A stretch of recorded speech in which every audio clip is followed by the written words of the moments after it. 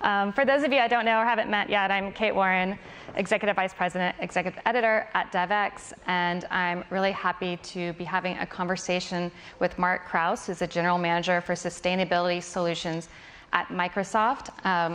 First, Microsoft is one of our partners for today's event, so I do want to thank them for their support in bringing us all together. But Mark, do we have you online? We do, and hopefully you can hear me. We can hear you great, thank you. Well, I'm sorry you can't be with us today, but I'm so glad you're able to join us virtually, I believe from Seattle, Washington? That's right. Here calling from home, about to head into the office. I'm sorry I can't be there as well. It's always fun to be in the room, but we'll do what we can here. That's right. Well, what we want to talk about today is your Climate Innovation Fund at Microsoft. You launched this, I believe, earlier this year. You've pledged $1 billion to invest in climate innovations. That's a large sum, even for a corporate as large as Microsoft. So can you talk a little bit about this fund, why you created it, what are your goals, and what are the initiatives you're looking to invest in? Yeah, thank you. We are excited. In 2020, Microsoft stood up 4 really large 2030 commitments for climate. That is to be carbon negative, water positive, zero waste company that also protects ecosystems through building this thing we call a planetary computer. So those are like the 4 tentpole commitments. In parallel with that, we launched an energy commitment to use 100% renewable energy by 2025 and 100% renewable energy 100% of the time by 2030. There's a little nuance there. And then we also launched the Climate Innovation Fund. And that is a $1 billion fund that has a 4-year investment cycle. And it's really meant to support all of our initiatives, both our own operational initiatives, help with our customer and partner ecosystem, and then also to just help the world. The 2 verbs, the operative verbs with the Climate Innovation Fund are innovate and accelerate. So we're just trying to accelerate progress, which is why it's a 4-year cycle, not a 7-year cycle like a traditional venture fund. And importantly, it is an impact fund. This is not, we're not looking for crazy returns, or we're not held to sort of standard VC metrics. We're really focused on climate impact. There are 4 criteria. The first and foremost is climate impact. So we want to have a gigaton of climate impact of carbon reduced or removed by virtue of the fund's investments by 2050. So that's sort of the high level goal. We also have 3 other criteria that guide our investment thesis. One is that we focus on underfunded markets. So there's a lot of places where traditional capital just says, hey, that's too risky, we don't want to take the risk. But if we have conviction and we see outsized returns, outsized climate impact, we'll take the bet. The next is alignment, and that is alignment with Microsoft's operational strategies. So a lot of times we're investing in things where we're buying offtake, and we're making sure that if we buy, say, invest in direct air capture, we're getting the carbon removal credits. And the third and very relevant, or sorry, the fourth and very relevant today is climate equity. So we are investing in the global South, and we are trying to make sure that we live by the principle that those most affected by climate change are, of course, those who least caused it. So with the focus on Africa today, we've got, two investments that come to mind that are recent. One is Source Water. So Source is a way to make basically water from air through these panels. And that is really an Africa-focused investment. It has global footprint, but very Africa-focused. And the other is Cocoa Networks. So cocoa is a clean cooking fuel replacement for charcoal, and obviously has both climate and health impacts. And that is also an African-focused thing. So that's a little bit about the fund and how we operate. And I guess the last thing I would say is that we're about $600 million so far invested. And we've made about 46 investments to date. We've seen about 1,800 different proposals. And I can tell you, sitting in that catbird seat of seeing all of these innovative proposals and decks, it makes one actually very optimistic, because the amount of innovation that's happening in the world is staggering. So we're we're happy to be catalytic capital to try to accelerate. Yeah, and thinking about that catalytic capital, 1 billion is a significant investment, but still not nearly enough, right, to address all of the myriad of climate challenges and crises. So how do you think about partnership, whether it's with public sector, other corporates, other investment funds, to really be able to scale this investment? That's right. It is, like you say, $1 billion sounds like a lot of money, but it's kind of a drop in the bucket relative to the trillions that are going to be needed to address both the mitigation, adaptation issues. So we think partnering is great.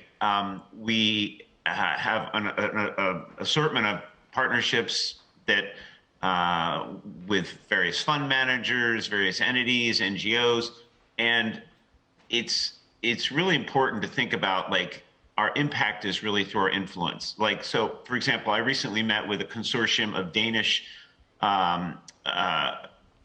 foundations who have about $8 billion in capital to apply to the climate crisis. They want to know what our investment thesis is. They want to know where we're investing. So, sharing our investment thesis openly, transparently, making sure they understand that we're focused on, direct air capture, green hydrogen, sustainable aviation fuels, this type of thing, helps them direct their capital.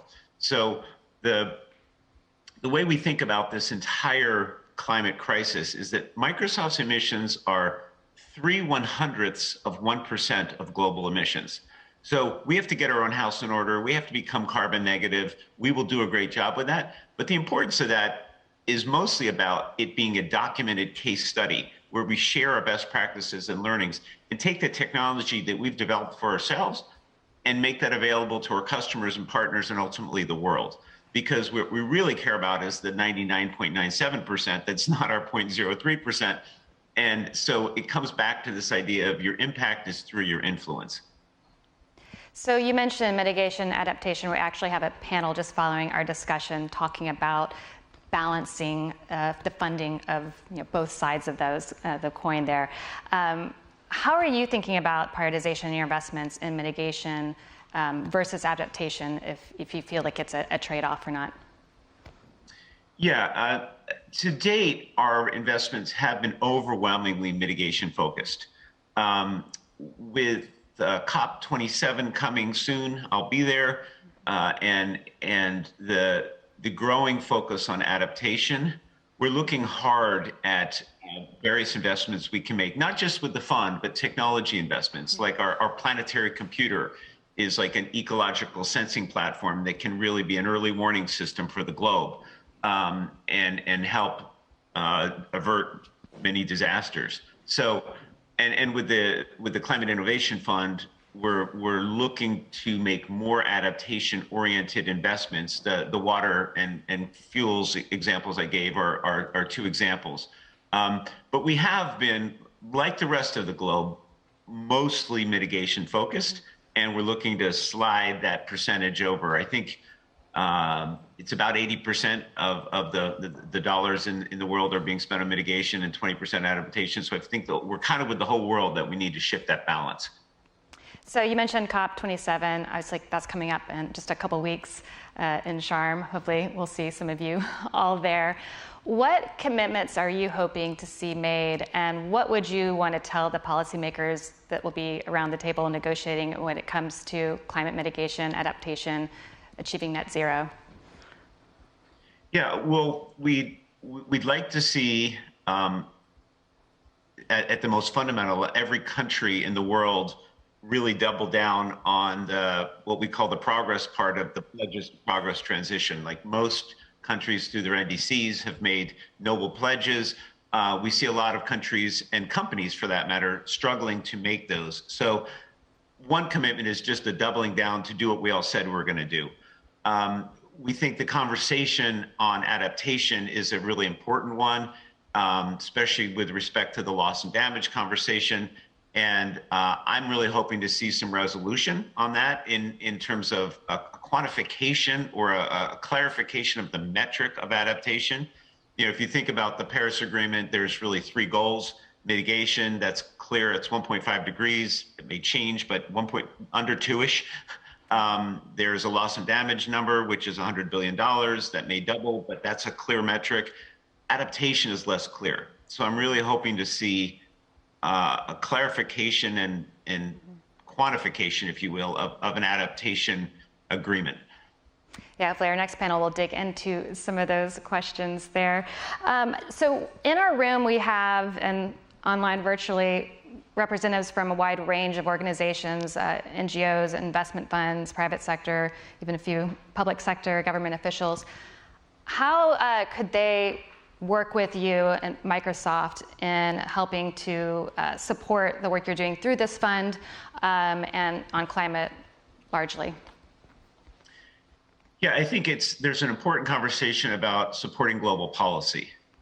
We have a policy team in Washington, D.C., and really fanned out across the world that is trying to, we just issued a policy paper on renewable energy and electrification of the grid and stabilization of the grid worldwide.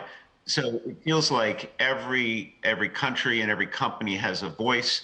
And as we collectively advocate for climate-friendly policy, that is something where there's strength in numbers. So that feels like a call to action for everybody. Great. And finally, before we depart, do you have any particular innovations you're really excited about that you think the room should know about, that you see a lot of promise and potential? Yeah, we've been. I just got back from Iceland. Which is, I was hoping to combine this trip with that trip, but didn't work out that way. So we visited the Climeworks plant, which is a direct air capture plant in Hellisheidi, Iceland, just outside of Reykjavik. It was really great to be there in person and see how we're literally sucking carbon out of the air. That obviously needs to scale up to the gigaton level. But we're a $50 million project finance investor in that concern. And they're breaking ground on the second plant and talking about the third plant. So we're excited about direct air capture. We're also excited about sustainable aviation fuels. So we are in an interesting position where we are a buyer, we are an investor, and we are a donor. So we made a $50 million project finance investment in LanzaJet, which is in the Freedom Pines plant in Georgia, which will be the first really at-scale sustainable aviation fuel. As a donor, we're a $100 million donor to Bill Gates's Breakthrough Energy Catalyst Fund. They announced last week that they followed on with a $50 million grant capital to LanzaJet. So seeing that move to scale is exciting. And then there's just so many things in the area of direct air capture. Heirloom is another investment that we're excited about. Gosh, I could go on and on, but I know we're limited on time, so I'll stop there. Great. Well, thank you so much, Mark, for joining us virtually. Again, thank you to Microsoft for supporting today's event. Hopefully we can continue the conversation in Sharm. And now we will continue the conversation on mitigation, adaptation. My colleague, Will Worley, UK correspondent, I'll welcome him on stage along with our next panel. But thank you, Mark. Thank you very much for having me today.